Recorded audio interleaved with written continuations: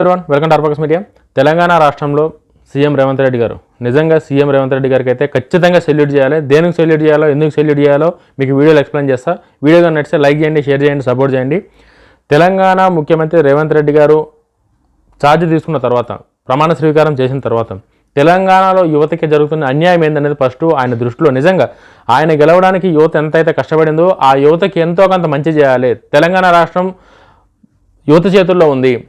ఈరోజు యువతలే రేపటి పౌరులు అని చెప్పేసి రేవంత్ రెడ్డి గారు నమ్మిన సిద్ధాంతం ఏదైతే ఉందో దాని ప్రకారం యువతకి జరుగుతున్న నష్టాల గురించి ఆయన అనాలిసిస్ చేసుకుంటా ఎక్కడైతే బెట్టింగ్ మాఫియాను ఫస్ట్ ఆయన ఫోకస్ చేసే విధానం నిజంగా ఆ రేవంత్ రెడ్డి గారిని ఎంతగానో అభినందించినా తక్కువనే. నిజంగా సీఎం సాబ్ని ఎంతగానో అభినందించినా తక్కువనే. ఎట్లా అంటే ఎంతోమంది అడ్డమైన ప్రతి ఒక్కడు, యూట్యూబ్ ఉన్న ప్రతి ఒక్కడు బెట్టింగ్ యాప్ని ప్రమోట్ చేసి వాడి బాగు కోసం, వాడి సొంత లాభాల కోసం, ఆడు ఫైనాన్షియల్గా ఎదగడం కోసం యూట్యూబ్ ఛానల్లో వాళ్ళకున్న ఏదైతే ఫేమ్ ఉందో దాన్ని అడ్డం పెట్టుకొని ఎవడెవడైతే అడ్డదిడ్డంగా బెట్టింగ్ యాప్లు ప్రమోట్ చేసారో వాళ్ళ గుండెలో నిద్రపోయింది రేవంత్ రెడ్డి గారు. బెట్టింగ్ యాప్ ప్రమోషన్ అంటే తడుపుకునేటట్టు చేసిండు. ఇది సీఎం రేవంత్ రెడ్డి గారు యువతకు చేసిన మంచి. దీనిలో ఏముందని మీరు అంటారా? మీరు బెట్టింగ్ ఆడకపోవచ్చు, బట్ మీ ఇంటి పక్కనో, మీ చుట్టుపక్కలనో, మీ ఊర్లోనో, మీ చుట్టాలనో ఎవడో ఒకటి ఖచ్చితంగా బెట్టింగ్ బారిన పడే ఉంటాడు. వాళ్ళందరూ బాగు కోసం, వాళ్ళ మంచి కోసం. అటువంటి ఎవరైతే తెలిసి తెలవక అమాయకత్వంతో ఈ బెట్టింగ్లో డబ్బులు వస్తాయని ఆశతోనో, లేకపోతే ఆడు చెప్పిండో ఈడు చెప్పిండని ఆశతోనో ఎవడైతే బెట్టింగ్ యాప్లో దిగిండో అటువంటి వాళ్ళ గుండెలో నిద్రపోయిన వ్యక్తి రేవంత్ రెడ్డి గారు. ప్రమోట్ చేయడం బంద్ చేస్తే ఖచ్చితంగా ఆడిటోళ్ళు కూడా తక్కువవుతారు. నువ్వు ఎక్కువ ప్రమోట్ చేస్తే అంతమంది ఆడిటోళ్ళు ఎక్కువవుతారు. ఇది రేవంత్ రెడ్డి గారికి అర్థమైన తర్వాత సజ్జనార్ గారితో కలిసి ఈయన తీసుకున్న నిర్ణయం అసలు లాస్ట్ టైం ఇంతకుముందు బెట్టింగ్ యాప్లు ఏ విధంగా జరిగిందో, ఇప్పుడు బెట్టింగ్ యాప్ల పరిస్థితి ఎట్లుందో మనందరికీ తెలుసు. యూట్యూబ్లో ఎవడన్నా ఇన్ఫ్లుయర్, యూట్యూబ్ ఛానల్ కానీ, యూట్యూబ్ ఇన్ఫ్లుయర్ కానీ, సోషల్ మీడియా ఇన్ఫ్లుయర్లు కానీ ఎవడన్నా సరే బెట్టింగ్ యాప్ ప్రమోట్ చేయాలంటే పోసుకుంటుండు ఇప్పటికి కూడా. అంత మార్పును తీసుకొచ్చారు సీఎం రేవంత్ రెడ్డి గారు.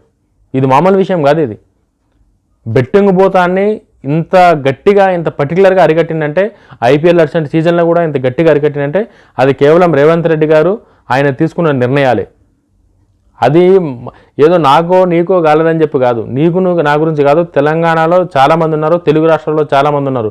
అటువంటి చాలామందికి ఈ బారిన పడకుండా ఒక మంచి అవగాహన కల్పించిన వ్యక్తి సీఎం రేవంత్ రెడ్డి గారు.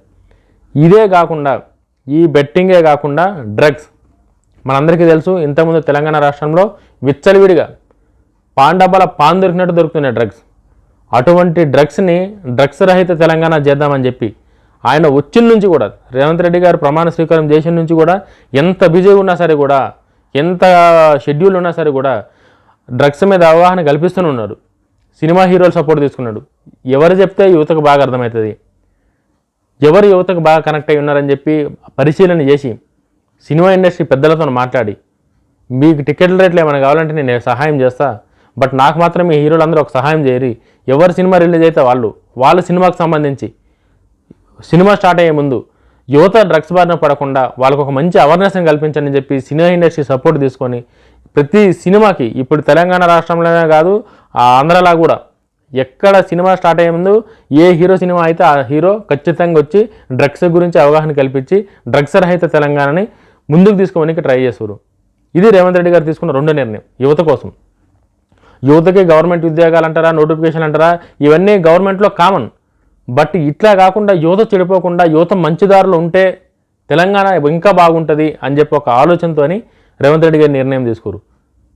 నిన్న సాయంత్రం శిల్పకళ వేదికలో రేవంత్ రెడ్డి గారు, హీరో రామ్ చరణ్ గారు, హీరో విజయ్ దేవరకొండ గారు, ఎంపీ విశ్వేశ్వరరెడ్డి గారు, వేరే ఇతర పార్టీ నాయకుల సపోర్ట్ కూడా తీసుకొని తెలంగాణలో ఇంకా డ్రగ్స్ అనేది, అప్పట్లో తెలంగాణలో డ్రగ్స్ ఉన్నాయంట అనే ఒక చరిత్రలాగా, ఒక కథలాగా ఉంచుదామని రేవంత్ రెడ్డి గారు విశ్వ ప్రయత్నాలు చేస్తున్నారు. నిజంగా రేవంత్ రెడ్డి గారు మీరు తీసుకున్న చొరవ, మీరు తీసుకున్న ఈ నిర్ణయం తెలంగాణ రాష్ట్రానికి, తెలంగాణ యువతకి, తెలంగాణ సమాజానికి ఖచ్చితంగా ఎంతో కొంత కాదు చాలా ఉపయోగపడుతుంది. అందరూ డ్రగ్స్ తీసుకోకపోవచ్చు, అందరూ డ్రగ్స్ తినకపోవచ్చు, బట్ మనకు తెలిసిన వాళ్ళు లేకపోతే వాళ్ళకి తెలిసిన వాళ్ళు ఖచ్చితంగా మన కనెక్టివ్లో ఎవరో ఒకరు ఉంటారు. అది తెలిసినంత వరకు బయటకు రానంత వరకు ఓకే, బట్ తెలిసిన తర్వాత అరే మావాడు తిన్నాడా అన్న కాడికి మనకే డౌట్ అనిపిస్తుంది. అటువంటి డ్రగ్స్ ఎంత ప్రమాదకరమో మనందరికీ తెలుసు. డ్రగ్స్లకు బానిస అయ్యి ఎంతమంది జీవితాలు నాశనం చేసుకున్నారో మనకు తెలుసు. అటువంటివన్నీ రేవంత్ రెడ్డి గారు కళ్ళతో చూసి చలించిపోయి ఈరోజు ఒక గ్లోబల్ స్టార్ రామ్ చరణ్ గారు చెప్తే ఎంతో కొంతమంది వింటారు, విజయ్ దేవరకొండ తెలంగాణ బిడ్డ చెప్తే ఎంతో కొంతమంది వింటారు, ఎంపీ విశ్వేశ్వరరెడ్డి గారు చెప్తే ఎంతో కొంతమంది వింటారు, ఈ నాయకుడు చెప్తే ఎంతో కొంతమంది వింటారు అని ఒక నమ్మకంతో, ఒక విశ్వాసంతో వాళ్ళందరినీ ఒక దగ్గర తీసుకొచ్చి ఒక యాంటీ డ్రగ్స్ అని చెప్పేసి ఒక ప్రోగ్రామ్ని క్రియేట్ చేసి ఇంతమందికి అవగాహన కల్పిస్తున్నారు ముఖ్యమంత్రి రేవంత్ రెడ్డి గారు. పార్టీలో, పబ్బుల్లో, క్లబ్బుల్లో ఏడన్నా సరే డ్రగ్స్ ఇస్తారని తెలిస్తే ఆడు ఎవడన్నది కూడా ఆలోచించకుండా విరుచుకుపడుతున్నాడు మీద రేవంత్ రెడ్డి గారు. ఇంతకుముందు అట్లా లేదు. ఇంతకుముందు మనకు తెలుసు దానికి కారణాలు 100 ఉండొచ్చు. అది ఎవరిని బ్లేమ్ చేసి లాభం లేదు, జరగాల్సిన డ్యామేజ్ జరిగిపోయింది కాబట్టి. నిజంగా రేవంత్ రెడ్డి గారు అంత సిన్సియర్గా, అంత సీరియస్గా టేకప్ చేసిన ఇటువంటివన్నీ తెలంగాణ ప్రజలందరూ రేవంత్ రెడ్డి గారిని గుర్తించాలి. ఎందుకు సీఎం గారు ఈ పని చేసిండు మా కోసం, రేవంత్ రెడ్డి గారు ఎందుకు ఈ పదే డ్రగ్స్ కోసం మాట్లాడుతుండు, పదే ఎందుకు వేరేటతో కూడా డ్రగ్స్ గురించి చెప్పిస్తుండు, దీనివల్ల జరిగిన నష్టం ఏంది అని చెప్పి తెలంగాణ సమాజం, తెలుగు రాష్ట్రాలు కూడా ఆలోచించాలి. తెలుగు రాష్ట్రాల్లో యువతలు కూడా ఆలోచించాలి. యువతకి ఏది మంచి ఏది చెడు అనేది తెలిసి ఉండాలి. రేపు ఒక సీఎం ఏదైనా నిర్ణయం తీసుకొని ఆ నిర్ణయం కిట్ చేస్తుంటే ఈ సీఎం ఎందుకు తీసుకున్నది కూడా ఆలోచించాలి యువత అందరూ. మనం ఏం చేస్తలేం కదా, మనకెందుకులే అని చెప్పి అనుకోవద్దు. మనకు తెలిసిన వాళ్ళు, మన అన్నోళ్ళో, మన చుట్టాల్లో, మన ఫ్రెండ్సో ఏదో ఒకలాగా దానికి బానిస ఉండొచ్చు. అటువంటి వాళ్ళందరినీ కాపాల్చుకునే బాధ్యత సీఎం రేవంత్ రెడ్డి గారికి కాదు, మనందరికీ ఉంది. మనందరం కలిసి సపోర్ట్ చేసి రేవంత్ రెడ్డి గారికి మద్దతు ఇద్దాం.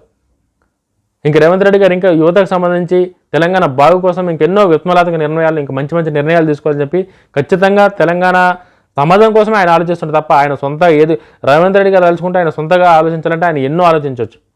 బట్ రేవంత్ రెడ్డి గారు ఎక్కరు కూడా ఆయనకు సొంత ఆలోచనలు, సొంత ఏం లేకుండా తెలంగాణ రాష్ట్రం, తెలంగాణ సమాజం, తెలంగాణ ప్రజలు, తెలంగాణను ఎట్లా ముందుకు తీసుకుని పోవాలి, తెలంగాణను ఎట్లా అభివృద్ధి పరచాలి, రైతులను ఎట్లా చూసుకోవాలి, యువతను ఎట్లా కాపాడుకోవాలి, గిదే ధ్యాస తప్ప రేవంత్ రెడ్డి గారికి వేరే ధ్యాస లేదు.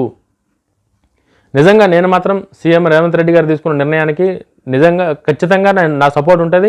ఇంకా ఎన్ని వీడియోలైనా చేస్తాను దీనికోసం. ఎందుకంటే ఇటువంటి మంచి సందేశం నా వీడియో ద్వారా ఒకరికి కలిగినా, ఇద్దరికి కలిగినా నాకు చాలు.